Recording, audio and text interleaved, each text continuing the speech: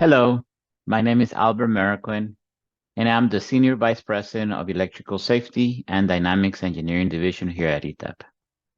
It is my pleasure to talk to you about this topic, which is often not well understood, on the use of short-circuit standards, in particular, short-circuit IEC.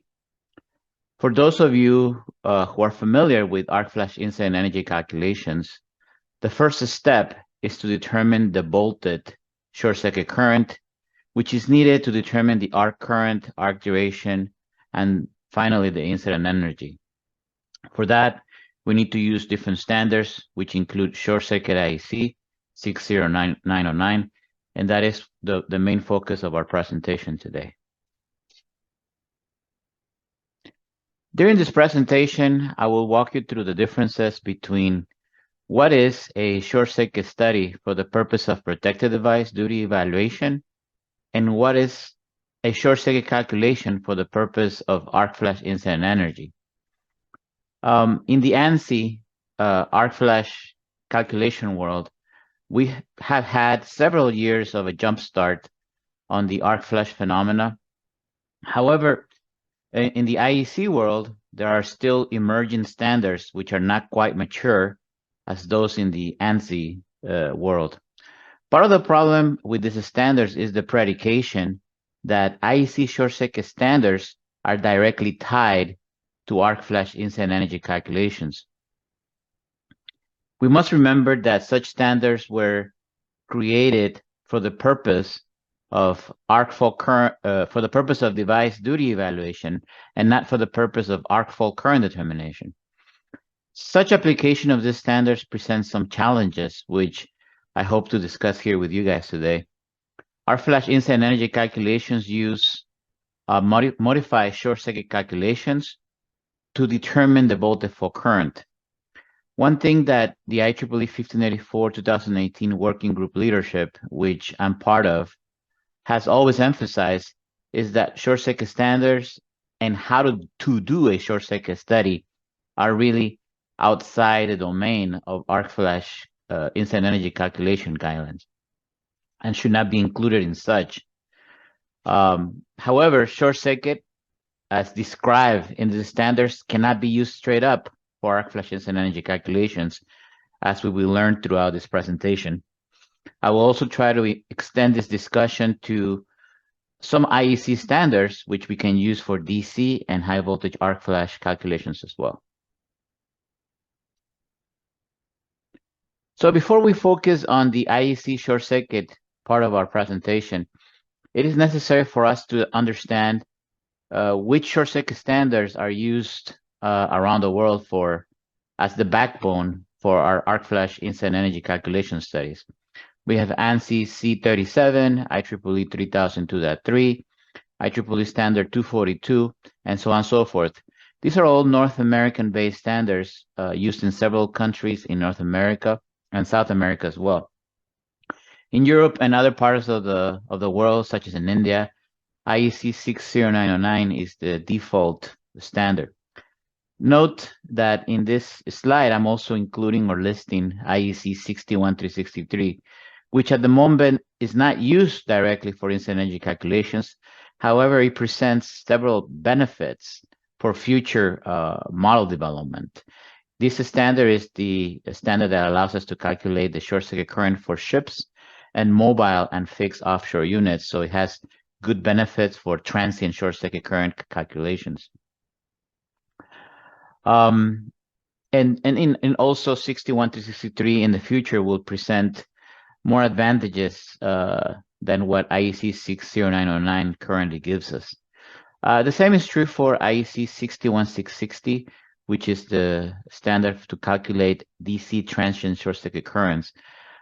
Future work and research is leading us to utilize these standards for incident energy calculations. There are several more arc flash incident energy models than the ones listed in this slide. However, the ones shown here are the most prevalent in the world at the moment. What is important to note is that IEEE 1584-2018 does not necessarily include details, as I mentioned before, on the short circuit calculation, and only requires the input, which is the symmetrical voltage fault current. This gives us a lot of freedom to apply this method generically to any short circuit condition for different type of equipment. Unlike the 1584 2018 standard, the DGUV, which is a German guideline on how to calculate incident energy, specifically quotes or lists the maximum and minimum short circuit currents as derived using IEC 60909. And thus, it does not leave any freedom or room to be evaluated with anything other than IEC 60909 guidelines. On the other hand, the least prevalent Australian ENA NENS method is somewhat less prescriptive, but it still does mention the use of IEC initial symmetrical short circuit currents for its determination of the voltage fault current. Last, the two methods that we see in this slide, arc fault method 1 and arc fault method 2, are generally very easy to apply to both ANSI and IEC standards because they were designed for the high voltage arc flash, where the most dominant contribution is from the utility. Therefore, the current decay and other factors are more subdued and allow us to apply these methods accordingly. The short circuit and arc flash standards are combined differently depending on the location. For example, in North America, we use ANSI C37 short circuit calculations, which are combined typically with IEEE 1584. In the latest years, IEEE 1584 2018. In South America, several countries use IEC 60909, but mainly combine it with the IEEE 1584 2018 method. In Europe, IEC short circuit standards are combined with both IEEE 1584 in some countries, and in some others, they're combined with the DGUV arc flash guideline. Our ETAP help file includes more information about the remaining countries, and it will give you information about also the shock risk assessment standards that are combined along with our arc flash calculations for different regional places or locations around the world. Now that we have taken a look at the overall short circuit standards and the available incident energy calculation methods, we can start to focus on the discussion for today, which is the application, considerations, and issues of IEC 60909 for the purpose of arc flash incident energy calculations. For this part of the presentation, we can use this ETAP sample system to illustrate the concept of the issues that we may face when we apply IEC short circuit 60909 to our arc flash incident energy calculations. First, we can start with what IEC 60909 defines as the simplest type of power system to analyze, which is a radial system. Over here on this left-hand side presentation, we see we have a utility, we have a bus, we have transformer, bus, and some load, which constitutes a simple radial system, where we can do some analysis on the low voltage 400 volt buses highlighted at the moment. For this kind of analysis, ETAP has two basic methods. We can use the half cycle or constant current method, and we can also use the current decay method. We can start by simulating the IEC short circuit and arc flash simulations using the method, which is called as initial symmetrical current, right? Which is the equivalent to the ANSI half cycle method. The same thing on the right-hand side, we have an ANSI equivalent presentation with similar settings for the purpose of us evaluating the differences between these two methods Of course, under the ANSI, we have the three-phase symmetrical half-cycle method selected. So under the IEC, we have the initial symmetrical current, and under ANSI, we use the symmetrical half-cycle current to do this to determine the voltage for current. Let's go ahead and run a simulation for IEC, and let's run a simulation for ANSI. And we can see that under these conditions, for a simple radial system, most of the results are fairly close. We see the bus faulted on the left-hand side shows an incident energy of approximately 6 calories, 6.1 calories, and on the right-hand side under the ANSI short circuit with 1584, it's about 5.94, which essentially is almost 6 calories. So under these conditions, the results are fairly close. For a fault on the line side of this low voltage power circuit breaker, we see that we have a 22 calorie result on both methods. For radial systems, IEC 60909 does not pose too much difficulty in the evaluation. The main item to consider when we apply it is the application of the C factors, which are nothing more than statistical variations on the operating voltage of our power system. For the example that we just executed, we have a variation of plus or minus 5% for low voltage equipment. Of course, this variation changes depending on the voltage level and the type of system being used, and whether you're looking to calculate the maximum or the minimum short circuit current. In order to capture these differences a little bit better on the ANSI side, you can think of the C factor effect on the ANSI side as applying a pre-fault voltage. So in fact, we see that on the ANSI short circuit calculation method, we use a 105 pre-fault voltage, which is equivalent to that 1.05 variation that we obtained when we do the IEC short circuit standard evaluation. We observe a 1.05. So this will be the simplest difference between the two methods for simple radial systems. Of course, we also going to have some small differences because of the transformer correction factors, KT, and also on the source impedances. We have other correction factors as well in there, and also in the impedance of the motor. These are statistical impedance variations that IEC short circuit standards apply to correct the impedance of these elements based on operating changes for transformer taps, for motor operating conditions, temperature effects, and so on and so forth. But they do not pose a significant difference on the results when it comes to the determination of the incident energy. Next, we can start talking about the situation where, you know, we implement or we bring in a source which has decaying currents, so we can observe the effect of the fault current decay method that we have for both ANSI and IEC.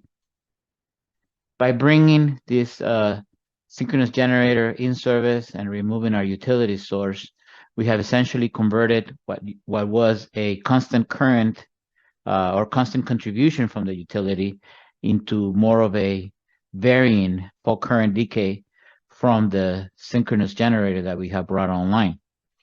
Just the same way, we can inspect the settings for method, and we can check that we're going to use now, instead of the three-phase initial symmetrical fault current method, which was apt for the type of system we were simulating, we can switch it to the fault current method, and we can use default settings for the generator steady state current contribution. Similarly, under our ANSI short circuit calculation methods, we can go and enable the fault current decay method with default settings for the generator steady state contribution. Typically between 200 to 300% of the full load amps is what generators are designed for sustained current under steady state fault current conditions. After enabling both settings, we can rerun the IEC and the ANSI short circuit calculations. And once again, we can observe that even if we have a radial system with a decaying current contribution, such as that from the generator, that our results are still relatively close. For the bus location, we have approximately 5 calories on the left-hand side for IEC and approximately 4.6 to 4.7 on the ANSI side.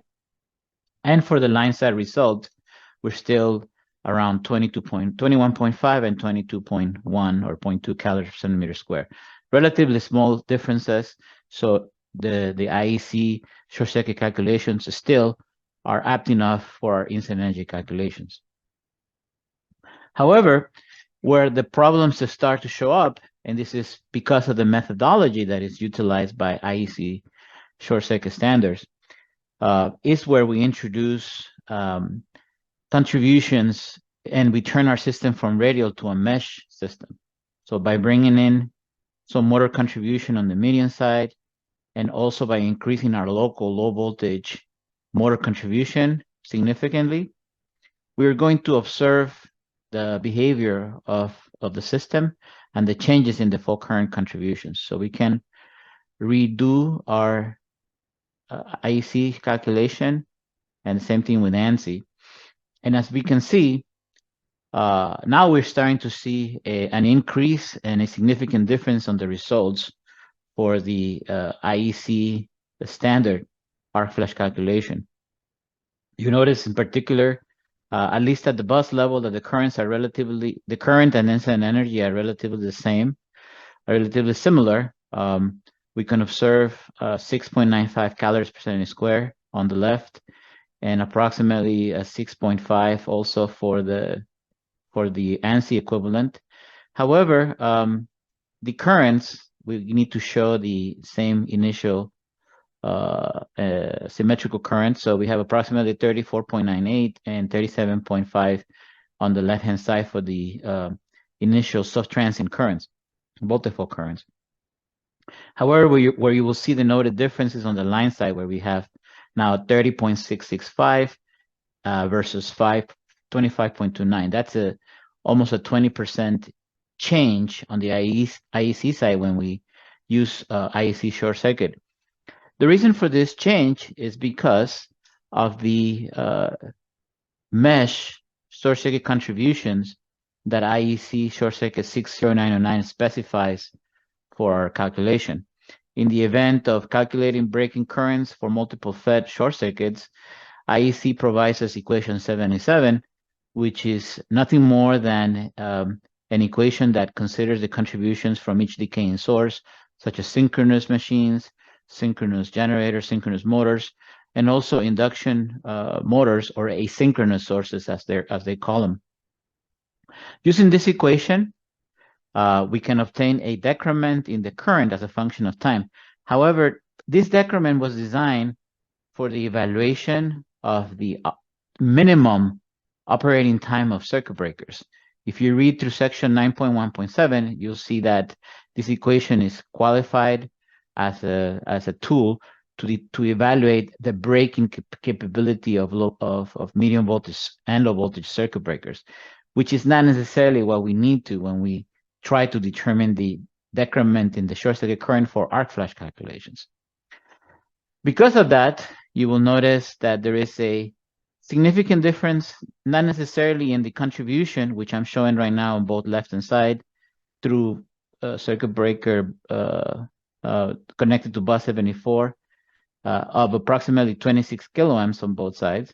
But if you notice that we switch to the transient current on the IEC, and we do the same thing on the ANSI short circuit method, we start to notice that the difference is significant. It's around 4,000 amps, and that is because of the use of the equation 77 and the approach of using a single combined lump breaking current to represent the total contribution at the fault location.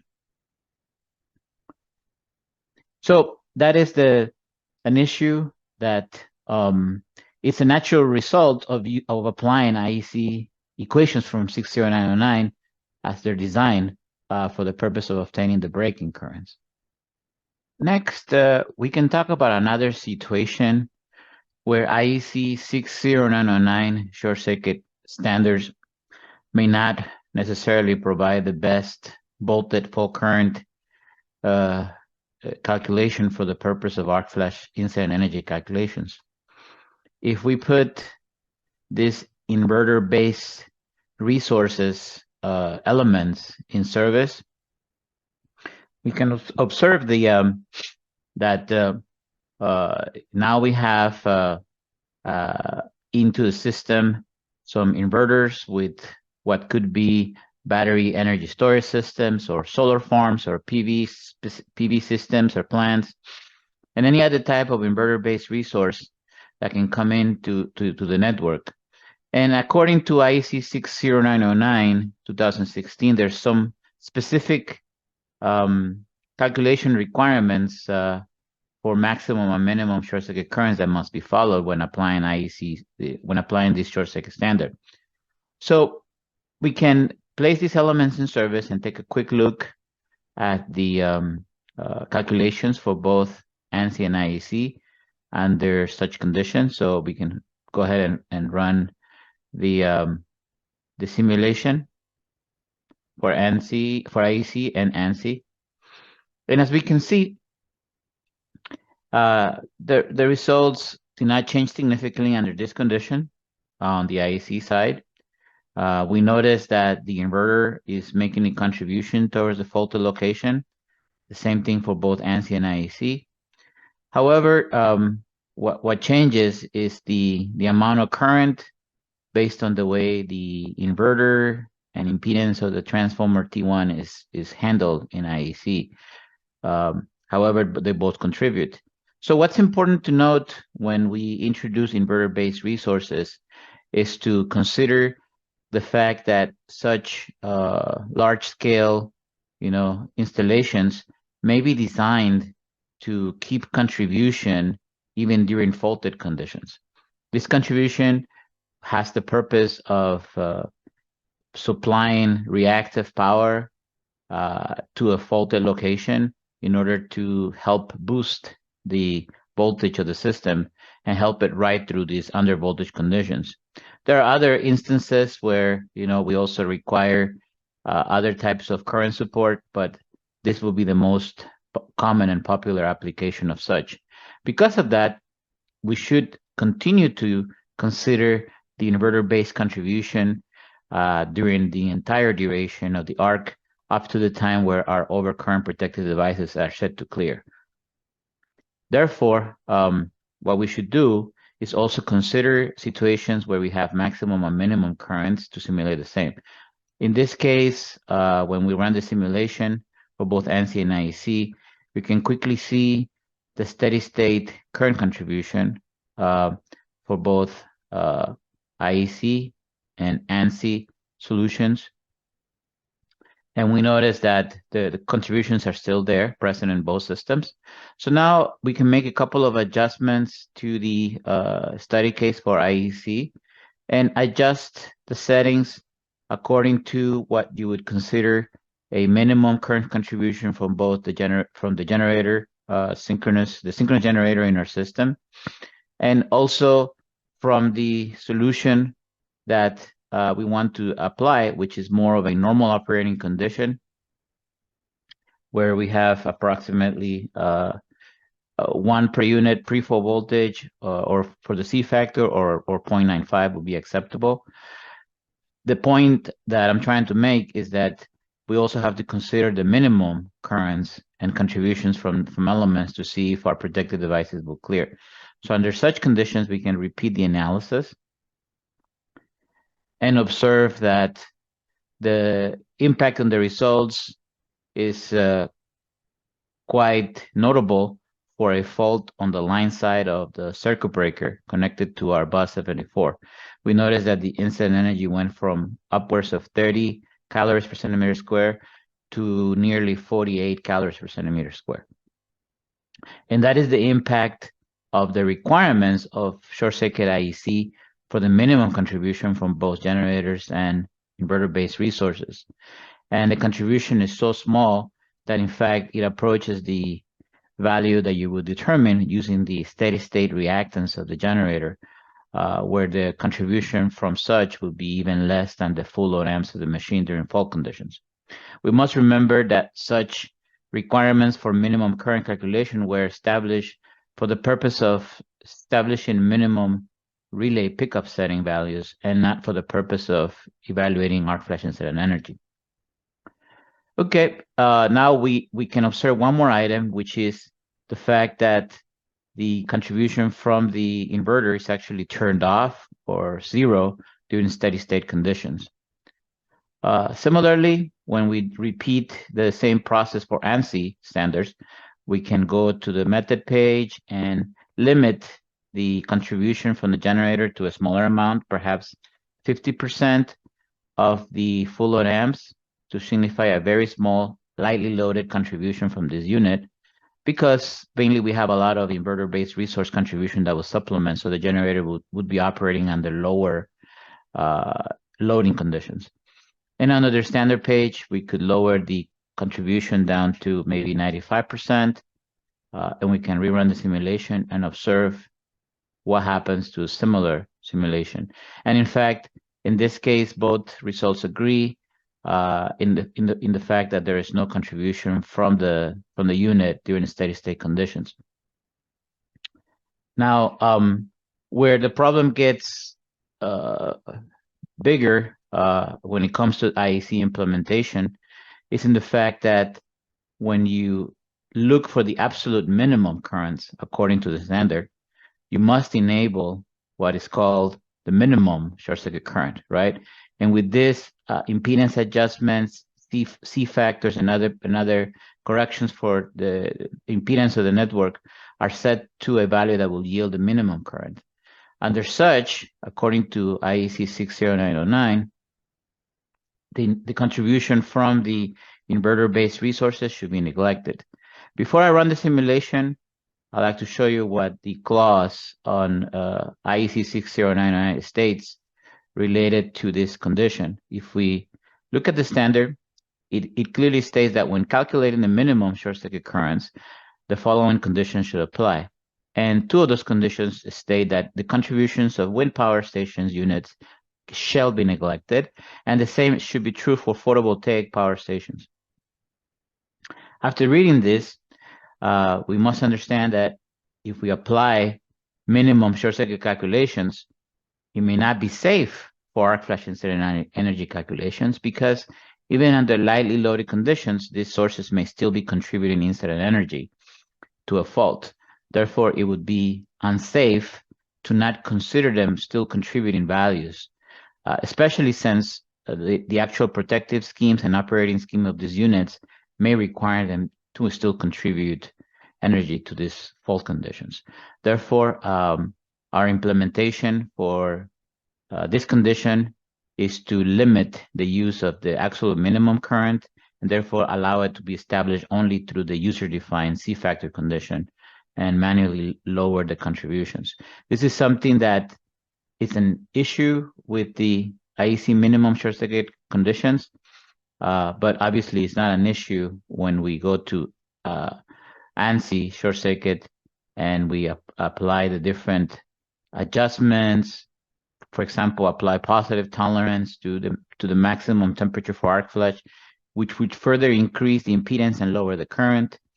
Under such conditions, we'll still get the contribution, even if it's for a small amount of time, for the unit, and so on and so forth. So the lesson to learn here is that, one more time to emphasize that there's a difference between short circuit currents, which were designed for the evaluation of protected devices and relay settings or the damage points on equipment, and the currents, the voltage fault current that is required to do an arc flash incident energy calculation. Last, I would like to show you, like I mentioned before, how we can apply other short circuit IEC standards, which are relatively better in the sense of allowing us to see a better resolution of the calculations for our incident energy, and also will serve as foundation for future methods for the evaluation of incident energy using a more normal transient short circuit behavior for both AC and DC. As an example, if we look at our short circuit calculation here, we notice that we can run what is called IEC 61363. Under such conditions, this engine will give us the currents as a function of time for the system. And in particular, we can see how the currents start depending on the initial current, the asymmetrical component, the DC component of the fault, and we can observe how that component would decay as a function of time and what effect it will have on the protected devices.